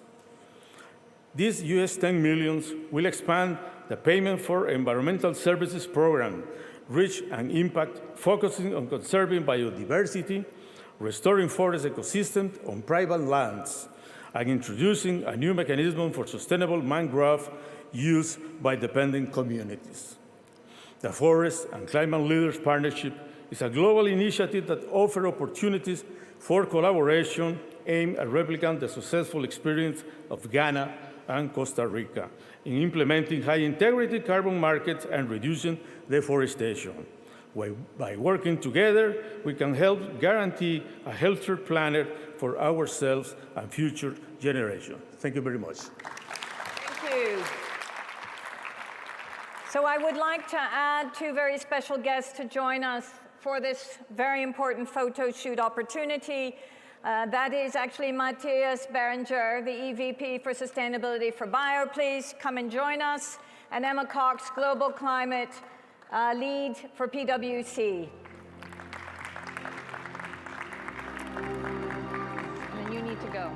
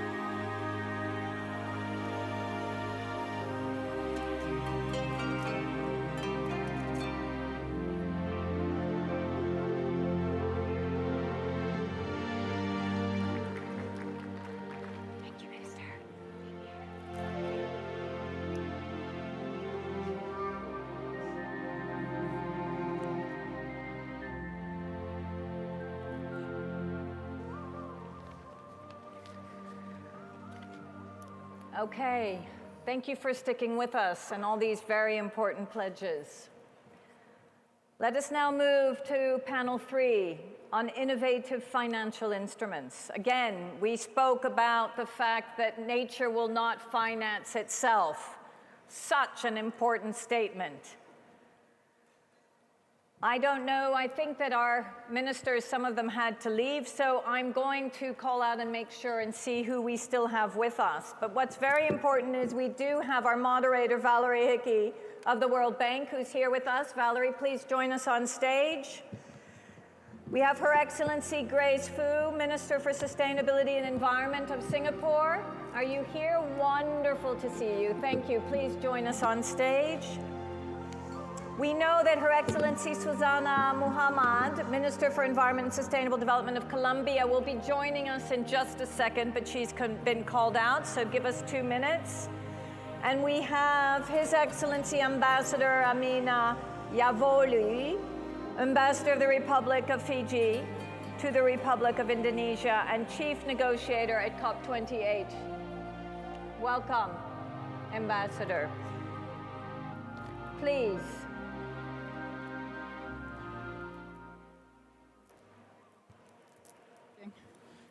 No, oh, there we go. Thank you so much, Sandrine. Good afternoon, everybody. Happy Nature and Ocean Day. We still have some energy in the room? Yes, we do. So he is here. It's my absolute pleasure on behalf of the World Bank to be here today. Our mission is to end poverty on a livable planet. And the truth is, we can never have a world without poverty in a world without nature. And without the men and women, the indigenous peoples, the smallholder farmers, the small-scale inland fishers, the local communities, who are the essential frontline workers, without whom we wouldn't have any biodiversity left, and from whose labor our ambitions will live and die when it comes to forests. But I'm also really excited to be here because for once I get to turn the tables on my shareholders and on my owners, because for the last several years, they all have been pushing us at the World Bank to do more on nature, and it's been a clarion call that I'm very glad to say we have answered. And since COP26 in Glasgow, we have doubled our investments in forests and biodiversity to almost $4 billion this past year, and we wouldn't have done that without our owners pushing us. But even $4 billion isn't enough, it isn't near enough. We all have to do more, and doing more means having more money. And I wanted to turn to you first, Minister Fu. We heard from Minister Stewart how important the forest carbon markets are, how much we need to clean them up and scale them up. And Singapore has really been at the forefront of helping in this effort. Can you tell us a little bit more? Thank you. Thank you very much, Valerie. And we have heard how forest doesn't pay itself. And although it has provided us with very important ecosystems, there is really a lack of financial incentive to attract investments to conserve and restore them. But high-integrity carbon markets can help to monetize the mitigation outcomes provided by forests and provide an additional source of revenue. And this complements very well traditional instruments like grants, as well as other innovative instruments like debt for nature swaps. Recognizing this, US Special Envoy John Kerry and I co-led the development of the concept for country packages for forests, nature, and climate under the FCLP. This is an investment package using both conventional and new financial instruments to mobilize financing from NDBs like the World Bank, public, private, and philanthropic sources. We have moved from concept to implementation, and at this COP, we have seen the launches of 3 country packages for Ghana, Republic of Congo, and Democratic Republic of Congo. And for all these 3 launches of country packages, carbon markets play an important role in mobilizing resources to advance climate action. For high-integrity carbon markets to scale, Singapore is playing our part to send the right demand signal for high-integrity carbon credits. We allow our carbon tax-liable companies to use high-integrity international carbon credits aligned with Article 6 of the Paris Agreement to offset part of their taxable emissions from next year onwards. And we have just signed our first implementation agreement with Papua New Guinea that is Article 6 compliant. In October 2023, We published an environmental integrity framework to guide the use of international carbon credits. And Singapore is also supporting the development and deployment of solutions to scale high-integrity carbon markets. We have research institutes such as Center for Nature-Based Climate Solutions at the National University of Singapore that produce useful research output. And we have a vibrant carbon service and trading ecosystem that's able to facilitate the development, trading, use, monitoring, reporting, and verification of these carbon credits. Thank you, Valerie. Thank you, Minister Fu. You just heard a small island with very large impact. And I think it's incredible what Singapore has done to really build that scale and build on the idea of high integrity. And Minister Jinapur, I wanted to turn to you because oftentimes when we talk about the forest carbon markets, we're focusing on the buyers and what they're looking for. But in fact, Ghana has been one of the most successful sellers when it comes to high integrity carbon. And a lot of countries in the audience are wondering, how do you do it? What's your key to success? Well, thank you very much.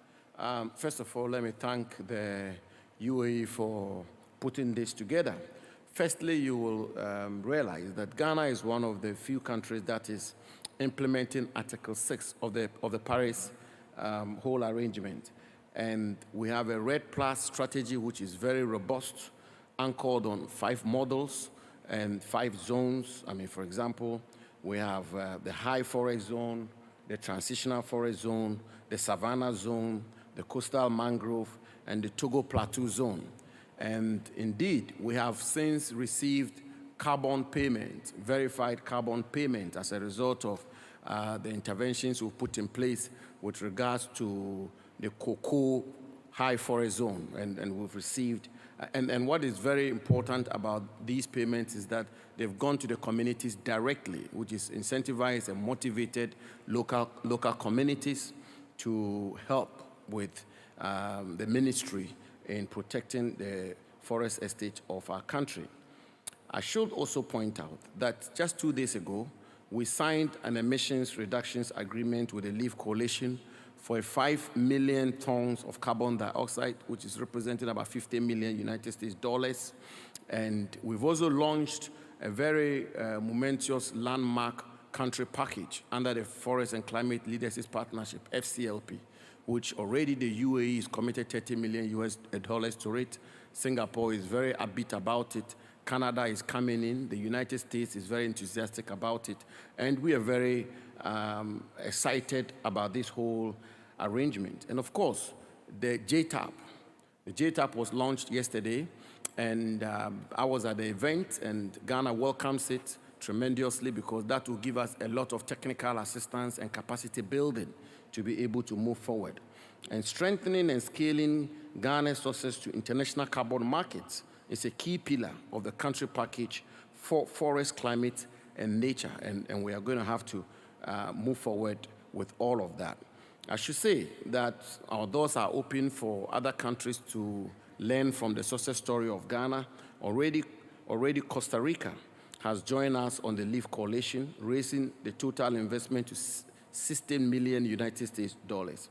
And we believe that if we are able to mobilize sufficient finance for forest and nature-based climate action, that will be of great impetus to whatever we are doing. Take, for example, I mean, from 2010 to 2019, the amount of money which was dedicated to forest and nature-based climate action was $20.2 billion, whereas the amount of money for the same period, which was allocated for renewable energy, was $2.6 trillion.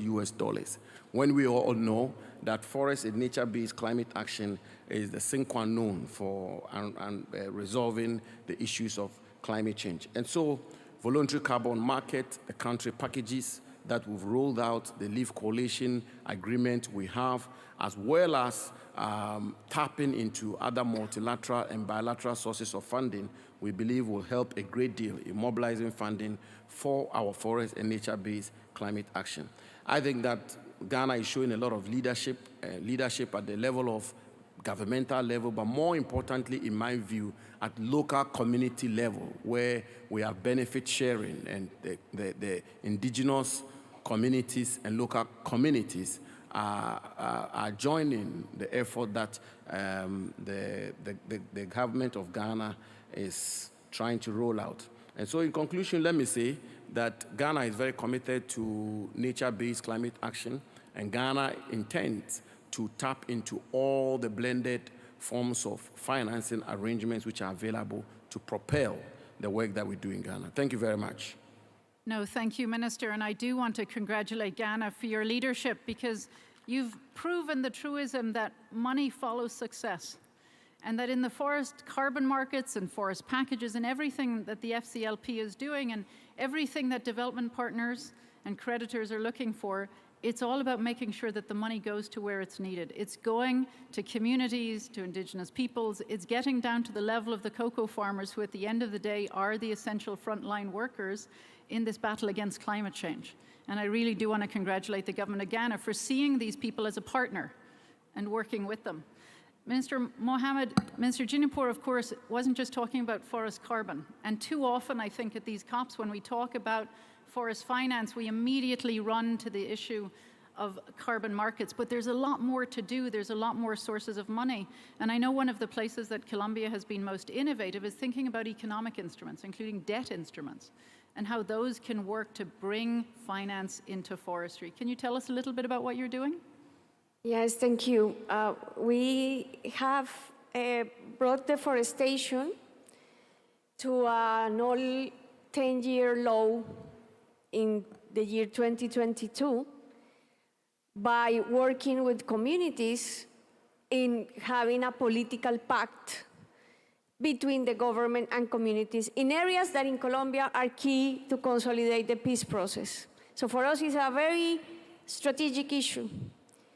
This year, in terms of alerts, we are foreseeing a reduction compared to last year, January, September. We have to wait for the last quarter, of 70% additional.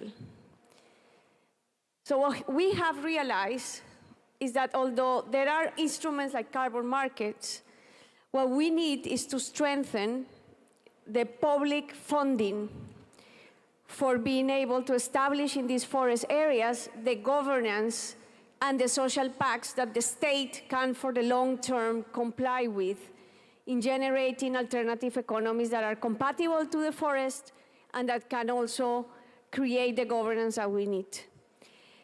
In that sense, we want to find for climate action, and climate action in Colombia means forest action and ecosystem action. That's what climate action is. Our main source of emissions, and is our main response to adaptation at the same time. So we need, for this critical decade, where forest and restoration could contribute 2 gigatons of the 23 gigatons that we need to reduce by 2023, we want to have predictable, directly to the government fiscal space, and continuous flow of cash for sustaining these programs. And these promises we are making, and this work with communities and other actors. And for that, we are exploring what is the multilateral mechanism, such as what we did for COVID with the IMF, in terms of SDRs, guarantees, and flow of money to treat the COVID emergency. We should treat climate also as an emergency. It's only 6 years to reduce 43% of emissions. It is an emergency. How we can work to have a similar multilateral mechanism so that we can have that amount of money deducted from our foreign debt and put towards climate action. In the case of Colombia, that means forest action. No, thank you, Minister. Colombia has been a leader in pushing those of us in the financial architecture to do more, to do it better, and to do it faster in the forest space. And I think it's so important. And your message on stopping just investing in projects and funding forest projects, and instead investing in forest economies and thinking about systems is so incredibly important. Minister Uvoli, I want to come to you, and you're the chief negotiator for Fiji. You have been sitting, you must be exhausted, in these negotiations, which of course for the Pacific Islands, for small islands everywhere, are existential. Yes. What is it you're listening for in the negotiations when it comes to forest finance? Thank you, moderator. With all protocols observed, honored to be here to represent Fiji in this August forum. And for us, forest plays a vital role, and its benefits to our communities and to our people are great. And we are working on aligning our national priorities and commitments with the FSCLP's objectives. For instance, in promoting sustainable forest management and the conservation and restoration of forests, reducing GHG emissions from the forest sector, and enhancing the resilience of forests to climate change, and improving the livelihoods of forest-dependent communities. Number of initiatives in line with the FCLP objectives and thematic actions. Fiji has embarked on a planting of 30 million trees in 15 years, launched in 2019, and now we have surpassed the halfway mark of around 17 million trees already planted. We're also strengthening our forest governance framework and currently reviewing our Forest Act 1992 with a sharpened focus on sustainable forests. There's quite a number of areas in response to your question, moderator, that Fiji is looking at in terms of COP28. And one of which is the importance of investing in sustainable forest management practices, such as the application of sustainable forest harvesting practices, and learning from partners who are in the room here, particularly those who have small island features like the city-state of Singapore, our neighbor, put it that way. And we really would like, to learn more from how they're doing it. And in also developing climate-resilient forests, this is something that we are embarking on. It will help our initiatives to move forward in strengthening our aspirations in this area.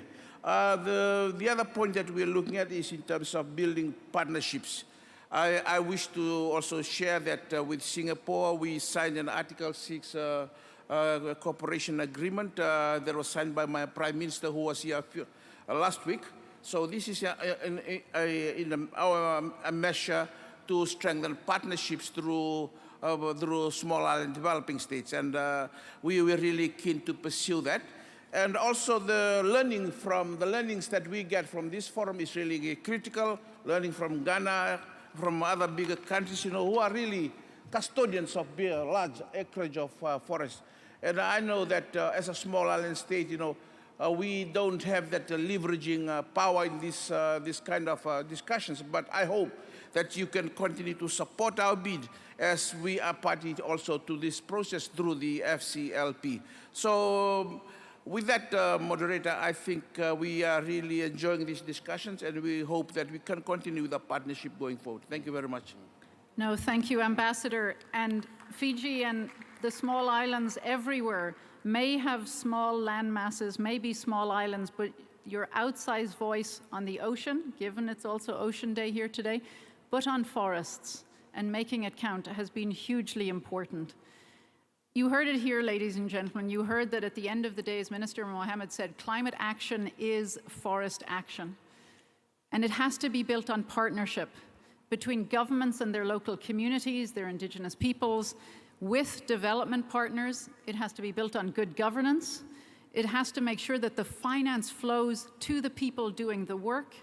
And it has to make sure that finance is long-term, it's fit for purpose, and it doesn't just fund forest projects, but it invests in forest economies. Thank you so much.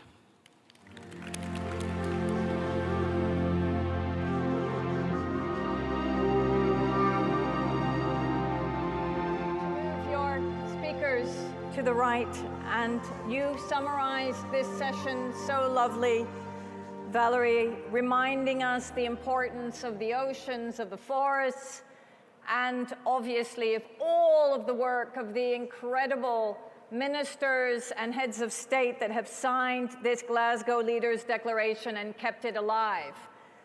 So it's now my esteemed pleasure to welcome our closing speaker, who will wrap up this hour and a half together. It has now been 3 years since the Glasgow COP, where His Excellency John Kerry, Special Presidential Envoy for Climate of the United States, has been actively involved and showing great leadership.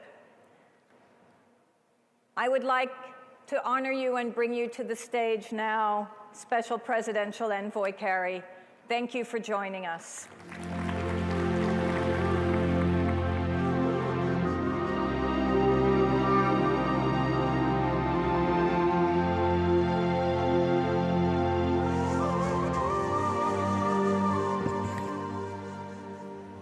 Thank you very, very much. I probably now got more power than I've ever had because I'm all that stands between you and dinner or getting out of here. So I'll try and be respectful. Thank you for being here. This is extremely important because, as everybody has heard, I think again and again today, and I'm going to try not to be repetitive, but the degree to which we rely on nature, we already know the degree to which we are abusing her. And there's a certain contradiction in that because so much of the gift of life comes through nature. I think of the oceans, for instance, where 51% of the oxygen that we breathe comes from the ocean. But in the same way that we are so destructive about sustainability on land, we seem to be ignoring the consequences of our actions in the oceans too. We've just heard from ministers for some period of time now, and my colleague Samuel Jinapur, the co-chair with me of the Forest Leaders Partnership, and he knows as well as anybody, because of his experience in Ghana, what the meaning of our responsibility is with respect to our forests. But there's no way that we get to keep 1.5 degrees as the limit of the warming of the planet if we do not stop deforestation. The deforestation rate that is taking place today will, notwithstanding all we do for mitigation, all we do to stop emissions, all we do with respect to shipping and the hard-to-abate sectors, steel, you name it.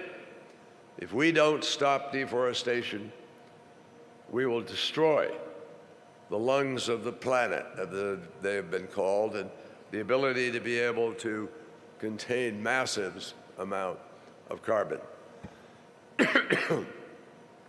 That's why I took on the task of co-chairing, along with Samuel Jinapur, the Forest and Climate Leaders Partnership, in order to make sure that we keep the climate right at the forefront of the forest component of the climate, right at the forefront of our thinking about how we proceed to take action. Now, I know you heard already today, because my terrific staff has informed me that you've heard about the high-integrity forest carbon markets, which is a critical component of this effort. And I just want to say very quickly that the U.S. and other partners took a bold step of pursuing a new model for partnership with tropical forest countries and uniting coalitions of governments, philanthropies, the private sector, and the Development Finance Corporation of the United States in order to support bold forest climate ambition with over $240 million in investment and support that has been identified to date. Now, obviously, you all know that a lot of action is happening outside of the FCLP also. Costa Rica and Ghana have signed the first transactions under the LEAF Coalition, representing $60 million in committed finance, and it's a signal that's meant to be sent that this model of public-private partnership can unlock finance for high-integrity REDD+ credits, and that together can deliver. 14 of the largest agricultural commodity companies committed to the agriculture sector roadmap to 1.5 degrees at COP28. and they delivered a science-based target and new commitments to zero conversion. And that was put forward through Archer Daniels, Midland, and Cargill. Brazil and the World Bank have raised a proposal for an innovative financing approach that would complement forest carbon markets and provide private sector investment and other programs. And I announced earlier with Minister Haddad of Brazil plans to work with a range of partners to support Brazil's very ambitious ecological transformation plan. And we are planning to support the Brazilian state of Parás plans for full cattle traceability. I mean, it's amazing when you think about it, tracing every single cow, which is absolutely possible, and it's going to happen. And those steps complement announcements that we've already made earlier in the year, including the first obligation of resources to the Amazon Fund. We are also building on decades of work by USAID and the U.S. Forest Service and the major investment in forest land and use programs by our Development Finance Corporation. In addition to that, we have joined a number of countries in endorsing the joint statement on climate, nature, and people. But as all of you know, that's a statement. Those are words. And the money that I just announced, in the millions, but only beginning to scratch the surface of what we need to do. One of the things that has disturbed me greatly, I'm going to be, I hope not the skunk at the garden party, but if we don't talk truth, we're never going to solve this problem. There's a word that is critical to everything we think about and want to do and try to do about the forests. It's called enforcement. It's called the law. And regrettably, so much of what is happening with respect to our forests is illegal, criminal activity. And we need desperately to pull nations together in order to find a way to be able to do the fundamentals of providing justice. I see Indigenous folks sitting here in the front row. They know better than anybody with the disappearances that take place, the lack of accountability for life itself in the forest, the degree to which Indigenous peoples' views about how to manage it are discarded, or the degree to which Indigenous peoples are simply abused by the process. And what, 25 million or so in the Amazon alone. I've watched the films that have been taken by various people of what happens with the cattle and what happens with the illegal logging and what happens with the gold mining. All you have to do is watch some of these unbelievable documentaries about the illegal gold mining and the abuse of people to understand the scope of this problem. So to me, I was formerly a prosecutor. I ran one of the largest district attorney's offices in the state of Massachusetts.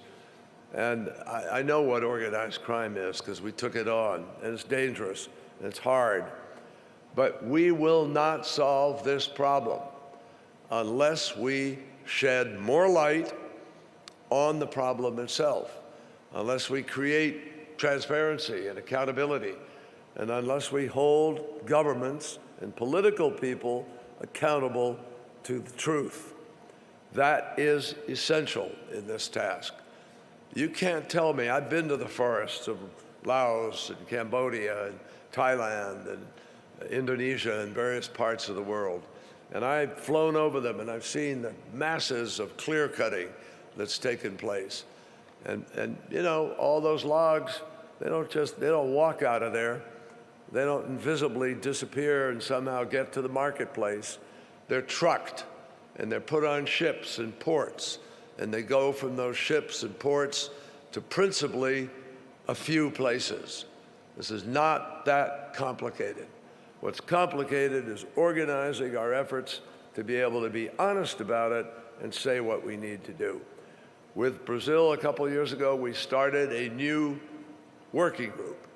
And for our point of view, that working group involves every department of our government that has anything to do with enforcement, from the Defense Department to the State Department to the Treasury Department to the FBI to the DHS, Homeland Security. Every component of our governments now has to come to this task of preventing deforestation. And I know some people don't like to hear it. It gets uncomfortable. Governments squirm a little bit. People somehow don't want to talk about it. But by God, if we don't talk about it, we're not going to do what we need to do to preserve the forests of this planet. And the forests of this planet are indeed the privileged possession of the countries that have them. But the rest of the world has a right to try to press the issue of how we maintain life itself on a planet where we all share responsibility for the future. So thank you for being part of this important discussion. But let's make sure we do the things that are really going to make the difference. I was listening earlier, our great friend Mohammed from Colombia said this is an emergency. She's absolutely correct. The whole damn thing is an emergency, not just climate itself, but every component of it. And we have to be the people who are going to hold the world accountable. Thank you.